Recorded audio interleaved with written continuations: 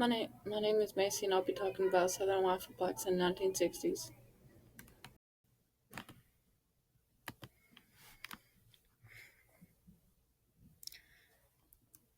The blacks got treated terrible by the whites. They beat them. The whites just believe that they have the rights over blacks. The whites had things like water fountains and bathrooms divided into whites and blacks.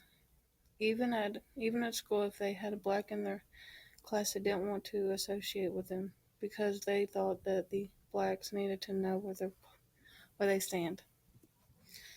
As time went on, the blacks older the blacks were, they just learned to accept how they were being treated by the whites. But for the younger ones, they had a harder time trying to accept it, how things were being between blacks and whites. Blacks got treated unfair. Everywhere they went, the whites would punish them and beat them just because they were like them.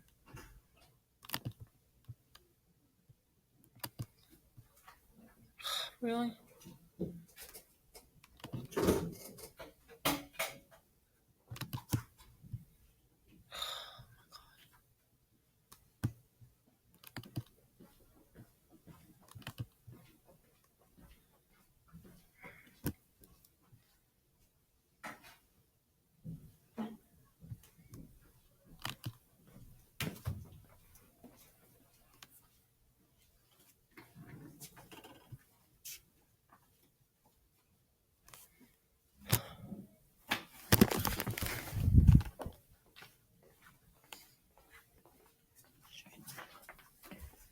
I just recorded, but there's nothing there.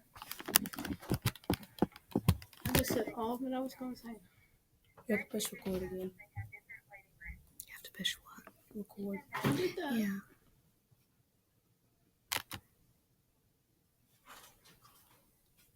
You probably wasn't recording it.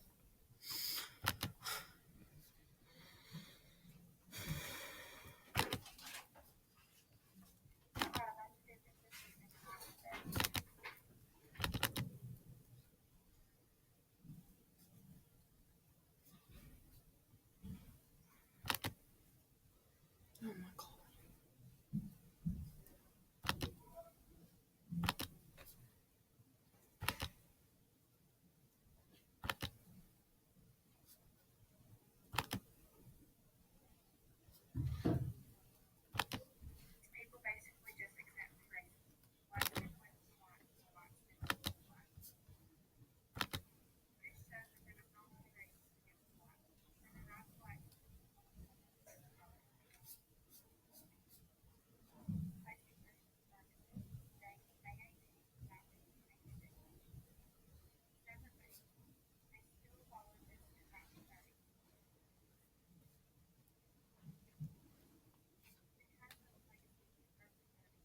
Do you know if there's anything on that?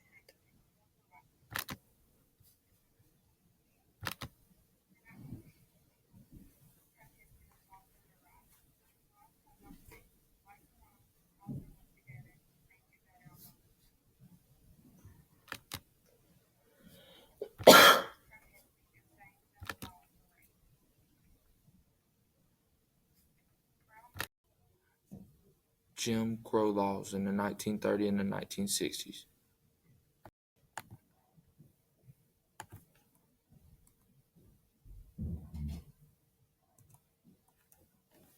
Telephones. Telephone companies were required to maintain separate phone booths for blacks. Public. Segregation in public places where whites and blacks could not communicate. Transport. Whites and blacks had to sit in their own places to cause no issues. Sports. Whites and blacks were restricted from playing any type of sport together. Schools. Prohibit whites and black children from attending the same schools.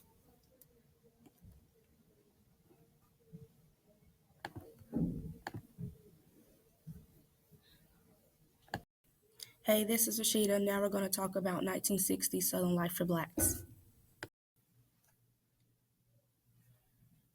1960s Southern life for blacks.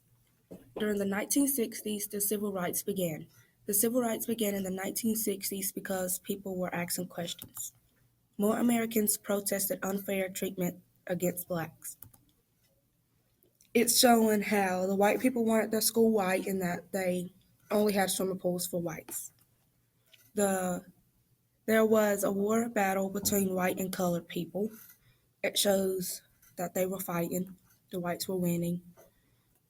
It shows how the whites are beating up a black person.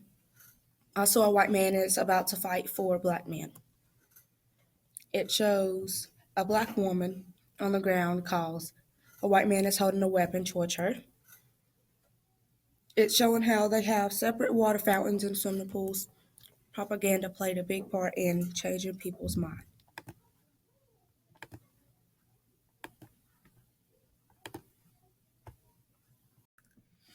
I'm Lisa, and I'm going to be talking about the differences between the 1930s and the 1960s.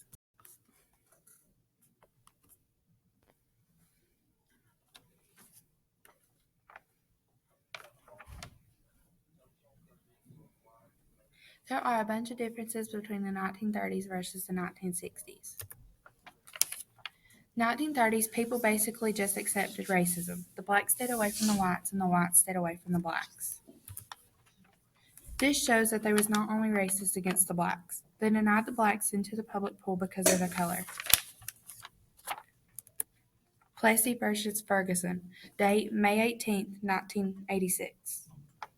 Separate but equal. They still followed this in 1930s.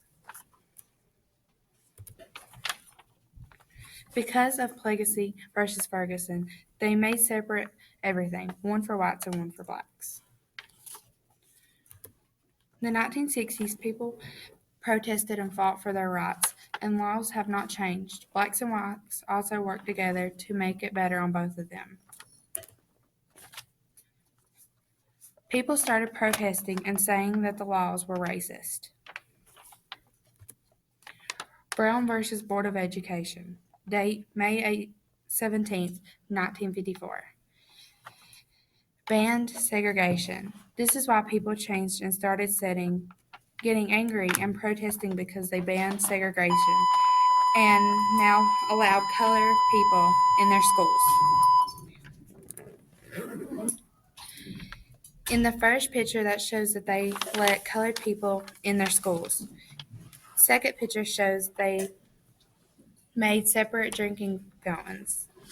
Third picture shows they had different waiting rooms. Even though the water fountains were side by side, the blacks were not as good as the whites.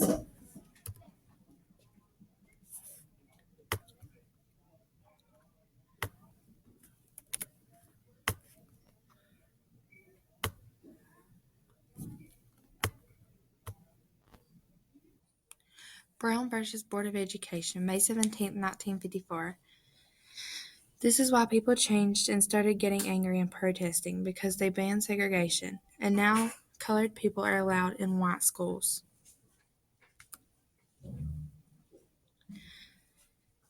In these pictures, it shows that they made them drink out of separate water fountains. Even though the whites and black water fountains were side by side, the whites were better than the blacks. This also shows that they have different waiting rooms, and blacks are allowed in white schools.